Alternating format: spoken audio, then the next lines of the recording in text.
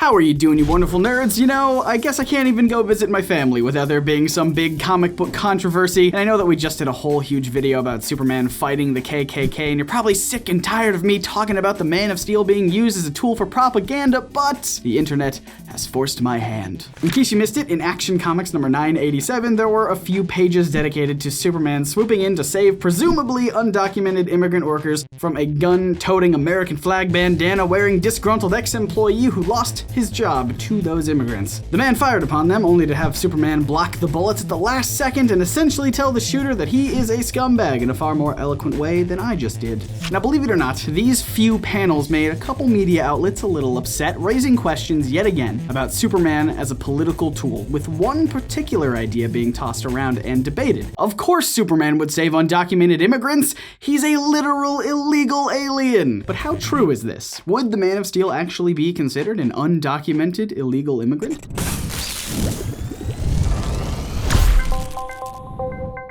Now, I know a ton of you guys are immediately going to bring up that Superman became a citizen of the world in Action Comics number 900 after renouncing his US citizenship, and yeah, that's all fine and good, but I want to know how he even got his US citizenship in the first place. In most continuities, Superman is given honorary or special citizenship, like in New Adventures of Superboy number 12. As he told reporter Perry White about his Kryptonian roots, Perry remarks, quote, "This may strike you as funny, but have you registered as a resident alien?" End quote. Supes responds, quote, "President Eisenhower assured me I had nothing to worry about when I confided in him. After all, where could I be deported since Krypton no longer exists?" End quote. And that already raises questions about terminology. Is Superman an immigrant, or is he more of a refugee? I mean, Superman didn't move to America by choice, but out of necessity as his own planet exploded. In fact, in some origins, it might be more appropriate to label baby Kal-El as a dreamer, aka a child who was brought to the United States, has grown up in America, and considers themselves to be American, but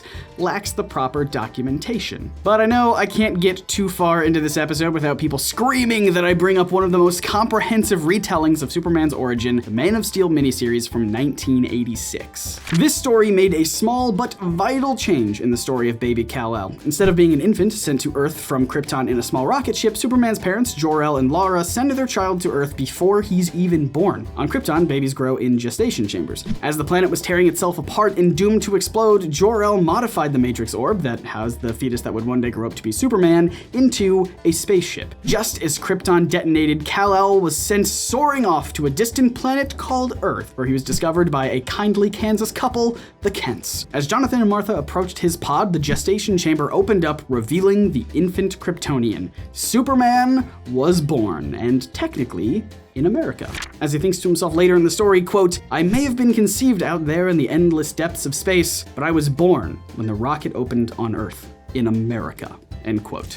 But is he documented? I mean, how do you even get the proper paperwork for an intergalactic alien? In the story, the Kents lied and said Martha gave birth to Clark during a blizzard that was so hazardous it kept them isolated from the rest of society for 5 months. The weird timeline and circumstances, mixed with the fact that the Kents had 2 miscarriages and a stillbirth, meant that their friends didn't ask too many questions. They were just happy Martha and Jonathan finally had the child they always wanted in their young Clark. Disguising it as a home birth means the Kents could, and probably did, register a birth certificate and social security number for little Clark later. So I guess in this version of his origin story, Superman is technically neither undocumented nor an immigrant. This, of course, was published during an era when DC Comics wanted to separate the Man of Steel's Kryptonian heritage and make him more American to fit with the cultural values of the time. Quote, "Krypton bred me, but it was Earth that gave me all that I am.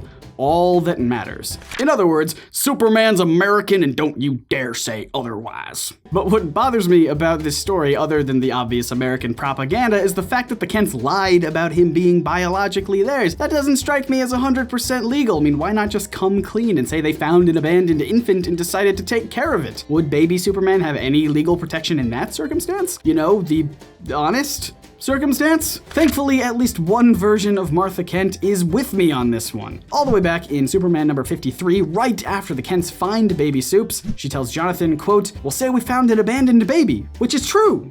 End quote. Then in one single panel, we get the explanation that the Kents brought the infant to a, quote, "home for foundlings," where they properly adopted him as Clark Kent. Heck, there was even one version of the story where they simply left baby Kal-El on the doorstep to an orphanage and picked him up later, as if, oh no, we have definitely never seen this baby before. But going back a bit, foundling is an important term here, as it invokes a tiny little statute found in the Nationality Act of 1940. This act revised a ton of laws regarding American citizenship, but all we care about for this video is a small section of Chapter 2. It stated that children are nationals and citizens of the United States at birth if they are, quote, a child of unknown parentage found in the United States, until shown not to have been born in the United States, end quote. And boy, if that doesn't sound exactly like the circumstances surrounding Superman's landing on Earth. However, you may have noticed that last bit of this so-called foundling statute, the part about how Superman would be considered an American national until shown not to have been born in the United States, and that presents a bit of a problem. In every major continuity, Superman eventually learns that he's not from America, but from a place a little bit further away. The good news is that as the Nationality Act of 1940 was replaced and modified over many decades, the foundling statute was given two important age restrictions. Firstly, it only applies to children who have been found before the age of 5, which is not a problem for infant Superman. The second age tied into the statute means that Clark Kent might not be considered a US citizen if his true origin was revealed before he was 21.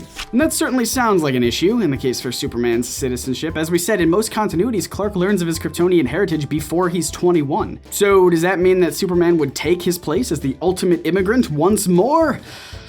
Probably not. As the fantastic blog Law and the Multiverse explains, quote, a court could decide that shown means legally proven. So long as Superman's immigration status were not an issue before he turned 21, which seems likely, he may indeed be considered a US citizen, end quote. So, with all that said, it looks like in most continuities, Superman and Clark Kent would be considered totally legal US citizens, and in some cases wouldn't even technically be immigrants. But I think it's important that we look at the original intent of Superman's creators. When the Man of Steel premiered in Action Comics #1 from 1938, the foundling statute did not exist. There was simply no way that Jerry Siegel and Joe Shuster had this legal loophole in mind when they were creating Superman. And the two certainly didn't intend to have Superman born in America as his pod opened. Siegel and Shuster were children of immigrants. They created Superman to be an intergalactic Moses. They instilled in the character a complex duality. I go back to the quote from author Rick Bowers, who wrote about Superman, quote, coming from a distant planet, he was the ultimate foreigner.